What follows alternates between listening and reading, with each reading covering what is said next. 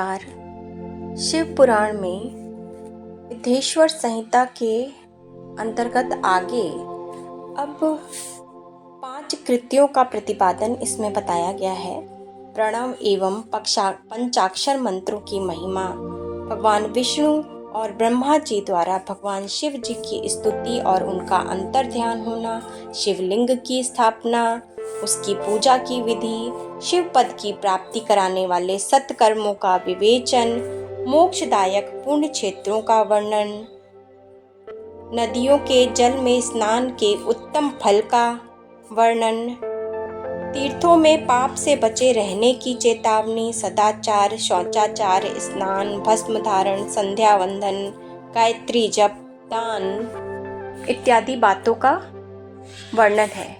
इसमें आगे पृथ्वी आदि से निर्मित देव प्रतिमाओं के पूजन की विधि, उनके लिए नैवेद्य का विचार, पूजन के विभिन्न उपचारों का फल, विशेष मास, विशेष वार, तिथि एवं नक्षत्रों के योग में पूजन का विशेष फल तथा लिंग के वैज्ञानिक स्वरूप का विवेचन, ओमकार और स्थूल रूप पंचाक्षर मंत्र का विवेचन, जप की महिमा इत्यादि का वर्णन किया गया है। इन सब कुछ बातों को हम गुप्त रखते हुए आगे रुद्र संहिता की ओर बढ़ेंगे। नमस्कार। शिव पुराण में आज हम रुद्र संहिता के प्रथम खंड का अध्ययन करेंगे, जिसमें सूत जी ने नारद मोह का प्रसंग सुनाया है। एक समय की बात है, मुनि शिरोमणि विप्रवर नारद जी, जो ब्रह्मा जी के पुत्र हैं, विनीत चित्त हो तपस्या में मन लगा रहे थे। हिमालय पर्वत में कोई एक गुफा थी जो बड़ी शोभा से संपन्न दिखाई देती थी। उसके निकट देव नदी गंगा निरंतर वेग पूर्वक बहती थी। दिव्यदर्शी नारद जी तपस्या करने के लिए उसी आश्रम में गए। उस गुफा को देखकर मुनिवर नारद जी बड़े प्रसन्न हुए और सुदीर्घ काल तक वहाँ तपस्या करते रहे, जिससे ब्रह्मा का साक्षात कराने वाले अहम ब्रह्मास्मि यह विज्ञान प्रकट होता है। मुनीश्वर नारद जी जब इस प्रकार तपस्या करने लगे, उस समय यह समाचार पाकर देवराज इंद्र कांप उठे। वे मानसिक संताप से विवल हो गए। ये नारद मुनि मेरा राज्य लेना चाहते हैं। मन ही मन ऐसा सोचकर इंद्र ने उनकी तपस्या में विघ्न डालने के लिए प्रयत्न करने की इच्छा की। उस समय देवराज ने अपने मन से कामदेव का स्मरण किया। स्मरण करते ही कामदेव आ गए। महेंद्र ने उन्हें नारद जी की तपस्या में विघ्न डालने का आदेश दिया। यह आज्ञा पाकर कामदेव वसंत को साथ ले बड़े गर्व से उस स्थान पर गए और अपना उपाय करने लगे। उन्होंने वहां शीघ्र ही अपनी सारी कलाएं रच डाली। वसंत ने भी मदमस्त होकर अपना प्रभाव अनेक प्रकार से प्रकट किया। मुनीश्वर कामदेव और वसंत के अथक प्रयत्न करने पर भी नारद मुनि के चित्त में विकार नहीं उत्पन्न हुआ। महादेव जी के अनुग्रह से उन दोनों का गर्व चूर्ण हो गया। नारद जी भी भगवान शंकर की कृपा से वहां चिरकाल तक तपस्या में लगे रहे। तब उन्होंने अपनी तपस्या को पूर्ण हुई समझा। तब वे मुनि उससे विरत हो गए। कामदेव पर मेरी विजय हुई ऐसा मानकर उस मुनीश्वर के मन में व्यर्थ ही गर्व हो गया। भगवान शिव की माया से मोहित होने के कारण उन्हें यथार्थ बात का ज्ञान नहीं रहा। वे यह नहीं समझ सके कि कामदेव के पराजित होने में भगवान शंकर का प्रभाव ही है। उस माया से अत्यंत मोहित हो मुनि शिरोमणि नारद अपना काम विजय संबंधी वृत्तांत बताने के लिए तुरंत ही कैलाश पर्वत पर गए। उस समय वे विजय के मद से उन्मत्त हो गए थे। वहां रुद्रदेव को नमस्कार करके गर्व से भरे हुए मुनि ने अपने आप को महात्मा मानकर तथा अपने ही प्रभाव से कामदेव पर अपनी विजय हुई समझकर उसने सारा वृत्तांत कह सुनाया। वह सब सुनकर भक्त वत्सल भगवान शंकर ने नारद से, जो अपनी ही माया से मोहित होने के कारण काम विजय के यथार्थ कारण को नहीं जानते थे और अपने विवेक को भी खो बैठे थे, उनसे कहा। रुद्र बोले, तात नारद, तुम बड़े विद्वान हो, धन्यवाद के पात्र हो, परंतु मेरी यह बात ध्यान से सुनो। अब से फिर कभी ऐसी बात कहीं भी न कहना, विशेषतः भगवान विष्णु के सामने इसकी चर्चा कदापि न करना। तुम मुझे विशेष प्रिय हो, इसलिए अधिक जोर देकर मैं तुम्हें यह शिक्षा देता हूँ और इसे न कहने की आज्ञा देता हूँ, क्योंकि तुम भगवान विष्णु के भक्त हो और उनके भक्त होते हुए ही मेरे अत्यंत अनुगामी हो। इस प्रकार बहुत कुछ कहकर संसार की सृष्टि करने वाले भगवान रुद्र ने नारद जी को शिक्षा दी। तदंतर मुनि श्रेष्ठ नारद ब्रह्मलोक में गए। वहां ब्रह्मा जी को नमस्कार करके उन्होंने कहा, पिताजी, मैंने अपने तपोबल से कामदेव को जीत लिया है। उनकी यह बात सुनकर ब्रह्मा जी ने भगवान शिव के चरणारविंदों का चिंतन किया और सारा कारण जानकर अपने पुत्र को यह सब कहने से मना किया, परंतु नारद जी शिव की माया से मोहित थे, अतएव उनके चित्त में मद का अंकुर जम गया था, उनकी बुद्धि मारी गई थी। इसलिए नारद जी अपना सारा वृत्तांत भगवान विष्णु के सामने कहने के लिए वहां से शीघ्र ही विष्णु लोक गए। नारद मुनि को आते देख भगवान विष्णु बड़े आदर से उठे और शीघ्र ही आगे बढ़कर उन्होंने मुनि को हृदय से लगा लिया। मुनि के आगमन का क्या हेतु है, इसका उन्हें पहले से ही पता था। नारद जी को अपने आसन पर बिठाकर भगवान शिव के चरणारविंदों का चिंतन करके श्री हरि ने उनसे पूछा। भगवान विष्णु बोले, तात, कहाँ से आते हो? यहाँ किस लिए तुम्हारा आगमन हुआ है?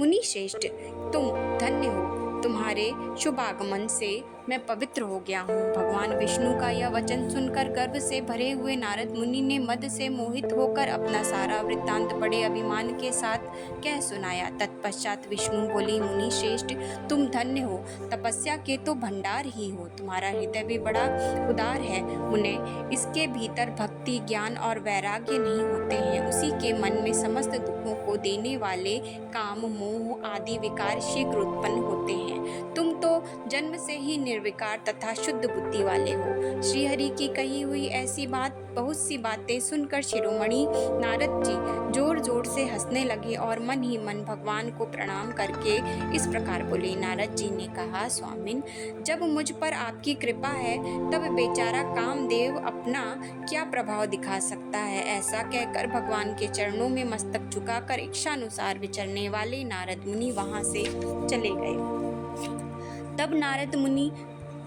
तब भगवान शिव की इच्छा से माया विशारद श्री हरि ने तत्काल अपनी माया प्रकट की। उन्होंने मुनि के मार्ग में एक विशाल नगर की रचना की, जिसका विस्तार 100 योजन था।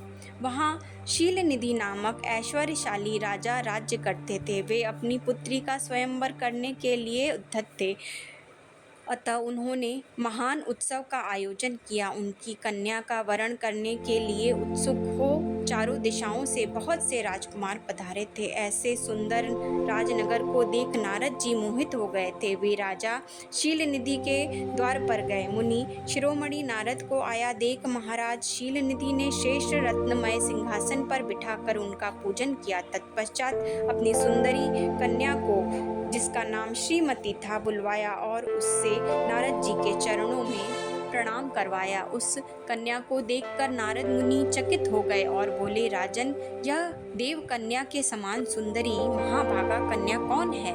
उनकी यह बात सुनकर राजा ने हाथ जोड़कर कहा, मुने, यह मेरी पुत्री है, इसका नाम श्रीमती है। अब इसके विवाह का समय आ गया है। यह अपने लिए सुंदर वर चुनने के निमित्त स्वयंवर में जाने वाली है।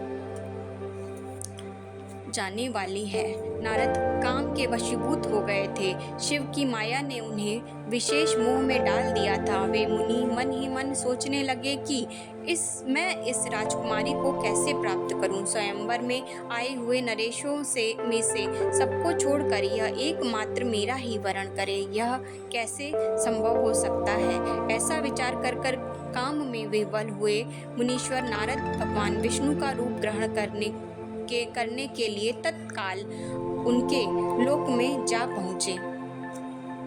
सूत जी कहते हैं, महर्षियों, नारद मुनि की ऐसी बात सुनकर भगवान मधुसूदन हंस पड़े। भगवान विष्णु बोले, मुने, तुम अपने अभिष्ट स्थान को जाओ, मैं उसी तरह तुम्हारा हित साधन करूंगा जैसे श्रेष्ठ वैद्य अत्यंत पीड़ित रोगी का करता है, क्योंकि तुम मुझे विशेष प्रिय हो। ऐसा कहकर भगवान विष्णु ने नारद मुनि को मुख तो वानर का दे दिया और शेष अंग में अपने जैसा स्वरूप देकर वे वहां से अंतर ध्यान हो गए। तदंतर मुनि श्रेष्ठ नारद शीघ्र ही उस स्थान पर जा पहुँचे जहाँ राजा शीलनिधि ने राजकुमारों से भरी हुई स्वयंवर सभा का आयोजन किया था। विप्रवरों, राजपुत्रों से घिरी हुई वह दिव्य स्वयंवर सभा दूसरी इंद्र सभा के समान अत्यंत शोभा पा रही थी। नारद जी उस राज्य सभा में जा बैठे और वहां बैठकर प्रसन्न मन से बार बार यही सोचने लगे कि भगवान विष्णु के समान रूप धारण किए हुए हूँ मैं, अतः वह राजकुमारी अवश्य मेरा ही वरण करेगी, दूसरे का नहीं। मुनिश्रेष्ठ नारद को यह ज्ञात नहीं था कि मेरा मुख कितना कुरूप है, वानर के समान है। उस सभा में बैठे हुए सब मनुष्यों ने मुनि को उनके पूर्व रूप में ही देखा। राजकुमार आदि कोई भी उनके रूप परिवर्तन के रहस्य को न जान सके। वहां नारद जी की रक्षा के लिए भगवान रुद्र के 2 पार्षद आए थे, जो ब्राह्मण का रूप धारण करके गूढ़ भाव से वहां बैठे थे। वे ही नारद जी का रूप परिवर्तन के उत्तम भेद को जानते थे। मुनि को कामावेश में से मूढ़ हुआ जान वे दोनों पार्षद उनके निकट गए और आपस में बातचीत करते हुए उनकी हंसी उड़ाने लगे, परंतु मुनि तो काम से विवल हो रहे थे, अतः उन्होंने उनकी यथार्थ बात भी अनसुनी कर दी। वे मोहित हो श्रीमती को प्राप्त करने की इच्छा से उसके आगमन की प्रतीक्षा करने लगी। इसी बीच वह सुंदर राजकन्या स्त्रियों से घिरी हुई अंतःपुर में वहां आई। उसने अपने हाथ में सोने की एक सुंदर माला ले रखी थी। वह शुभ लक्षणा राजकुमारी स्वयंवर के मध्य भाग में लक्ष्मी के समान खड़ी हुई अपूर्व शोभा पा रही थी। उत्तम व्रत का पालन करने वाली वह भूकन्या माला हाथ में लेकर अपने मन के अनुरूप वर का अन्वेषण करती हुई सारी सभा में भ्रमण करने लगी। नारद मुनि का भगवान विष्णु के समान शरीर और वानर जैसा मुंह देखकर वह कुपित हो गई और उनकी ओर दृष्टि से हटाकर प्रसन्न मन से दूसरी ओर चली गई। स्वयंवर सभा में अपने मनोवांछित वर को न देखकर वह भयभीत हो गई। राजकुमारी उस सभा के भीतर चुपचाप खड़ी रह गई। उसने किसी के गले में जयमाला नहीं डाली। इतने में ही राजा के समान वेशभूषा धारण किए भगवान विष्णु वहां आ पहुंचे। भगवान को देखते ही वह उस परम सुंदरी राजकुमारी का मुख प्रसन्नता से खिल उठा। उसने तत्काल ही उसके कंठ में माला पहना दी। राजा का रूप धारण करने वाले भगवान विष्णु उस राजकुमारी को साथ लेकर तुरंत अदृश्य हो गए और अपने धाम जा पहुंचे। तब वे दोनों विप्र रूपधारी ज्ञान विशारद रुद्रगण काम विह्वल नारद जी से उसी क्षण बोले। रुद्रगणों ने कहा, हे नारद, हे मुने, तुम व्यर्थ ही काम से मोहित हो रहे हो और सौंदर्य के बल से राजकुमारी को पाना चाहते हो। अपना वानर के समान घृणित मुंह तो देख लो। सूत जी कहते हैं, महर्षियों, उस रुद्रगणों का यह वचन सुनकर नारद जी को बड़ा विस्मय हुआ। वे शिव की माया से मोहित थे। उन्होंने दर्पण में अपना मुख देखा। वानर के समान अपना मुख देख वे तुरंत ही क्रोध से जल उठे और माया से मोहित होने के कारण उन दोनों शिवगणों को वहां शाप देते हुए बोले, अरे तुम दोनों ने मुझ ब्राह्मण का उपहास किया है, अतः तुम ब्राह्मण के वीर से उत्पन्न राक्षस हो जाओ। ब्राह्मण की संतान होने पर भी तुम्हारे आकार राक्षस के समान ही होंगे। इस प्रकार अपने लिए शाप सुनकर वे दोनों ज्ञानी शिरोमणि शिवगण मुनि को मोहित जानकर कुछ न बोले। सूत जी कहते हैं, महर्षियों, माया मोहित नारद मुनि उन दोनों शिवगणों को यथोचित शाप देकर भी भगवान शिव के इच्छावश मोह निद्रा से जाग न सके। वे भगवान विष्णु के किए हुए कपट को याद करके मन में दुस्सह क्रोध लिए हुए विष्णु लोक को गए और माया मोहित नारद मुनि अपने ब्रह्म तेज का प्रदर्शन करते हुए क्रोध से खिन्न हो उठे और श्राप देते हुए बोले, विष्णु, तुमने स्त्री के लिए मुझे व्याकुल किया है, उसी स्वरूप से तुम मनुष्य हो जाओ और स्त्री के वियोग का दुख भोगो। तुमने जिन वानरों के समान मेरा मुंह बनाया था, वे ही उस समय तुम्हारे सहायक हो। तुम दूसरे को दुख देने वाले हो, अतः स्वयं भी तुम्हें स्त्री के वियोग का दुख प्राप्त हो।